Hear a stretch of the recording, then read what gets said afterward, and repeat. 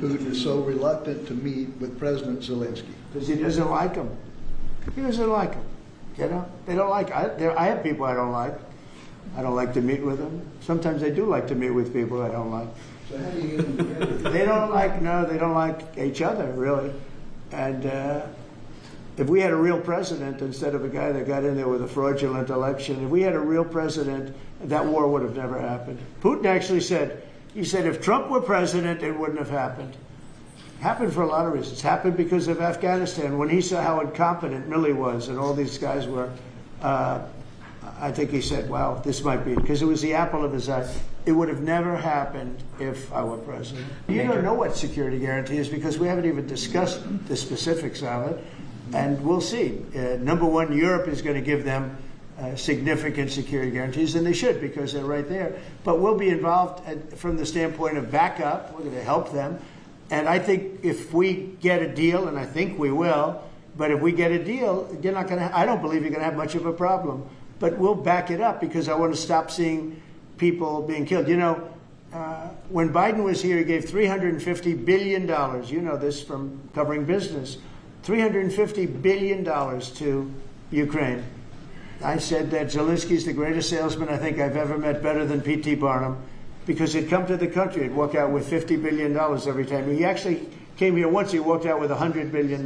We're up to $350 billion. I got $1 trillion worth of rare earth that we have from the country because I felt badly for our taxpayer. But I did something else at the NATO meeting. They are wealthy countries, but they weren't paying. And we don't pay any money to Ukraine anymore. Do you know that? In fact, it's the opposite. They request through NATO, we deal with NATO. We don't deal really with Ukraine. NATO requests missiles. They want Patriots. They want missiles. We give the missiles to NATO. NATO pays us in full and does what they want. I mean, I think they give them mostly to, they can do other things with them too, because we're dealing with NATO. We pay no money to Ukraine. We gave $350 billion to Ukraine. You know, if we didn't give that kind of money, and I was the one that gave the javelins, if you remember. I gave the javelins. They were very effective.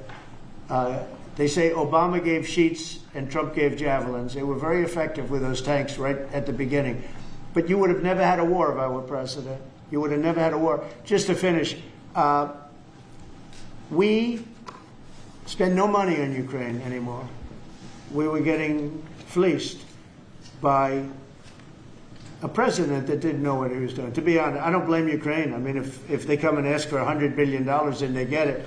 But we were in for $350 billion. Now, we make money. I don't want to make money on Ukraine. I want the war to end because I want to save all those lives. I want to just say, but just so you understand, we're no longer losing money on that thing. We were losing money hand over fist. And now we don't lose any money. Now we sell weapons to NATO. Because NATO agreed, because of me, to go to 5%, they had 2% and didn't pay. Now they have 5% and they're all paid up. So they have trillions of dollars and they give us that money. But I really want the war to end, and we're going to get it ended. Mr. President, everyone views this historic summit here with Ukrainian President Zelensky and European leaders all met here with you at the White House. You said you wanted to get this done bilateral as soon as possible. Have you spoken to Putin since last Monday? Since yeah, I have.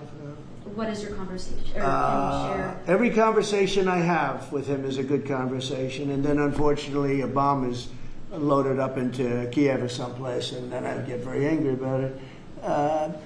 I think we're going to get the war done.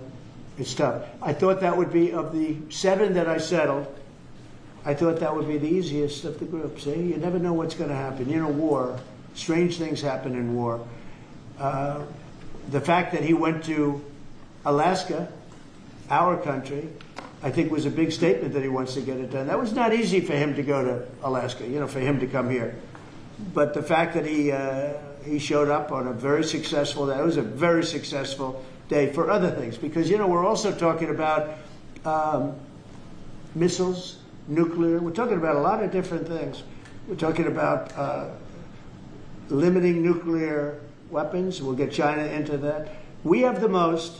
Russia has the second most, and China has third, but China is way behind, but they'll catch us in 5 years. We would like to denuclearize. It's too much power. and we talked about that also. That's part of it. But we have to get the war over with.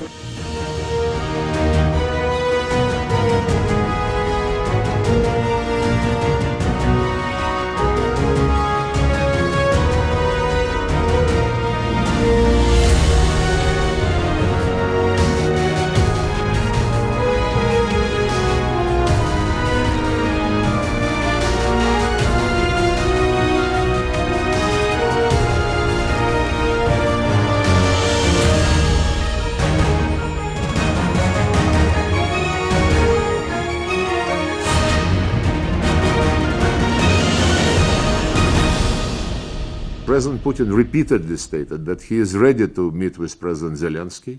And actually yesterday at my press conference after my meeting with the Minister of India, I repeated this, that he is ready to meet with President Zelensky, provided this meeting is really going to decide something. To meet for Zelensky to have another opportunity to be on stage is not what we believe is useful. We are not against him playing games and playing various shows, but it is not going to resolve the issue, because he publicly stated that he is not going to discuss any territories, thus challenging President Trump and other American colleagues who stated the territorial issue must be on the table. He clearly stated that nobody can prohibit him from joining NATO, which is again categorically challenges what President Trump was saying. There is no meeting planned, and I am not challenging this. But you cannot, I think, understand what I am saying. Putin is ready to meet with Zelensky when the agenda would be ready for a summit. And this agenda is not ready at all.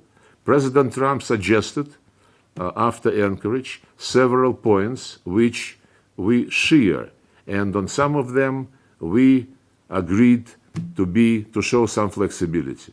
When President Trump brought those issues to the meeting in Washington, with Zelensky present together with his European sponsors, he clearly indicated, it was very clear to everybody that there are several principles which Washington believes must be accepted, including no NATO membership, including the discussion of territorial issues, and Zelensky said no to everything. We cannot meet just for him to have a picture and to say that now I am legitimate. Legitimacy is another matter, because irrespective of when this meeting might take place, and it must be very well prepared, the issue of who is going to sign the deal on the Ukrainian side is a very serious issue. When we come to a stage when you have to sign documents, we would need a very clear understanding by everybody that the person who is signing is legitimate. And according to the Ukrainian constitution, Mr. Zelensky is not at the moment.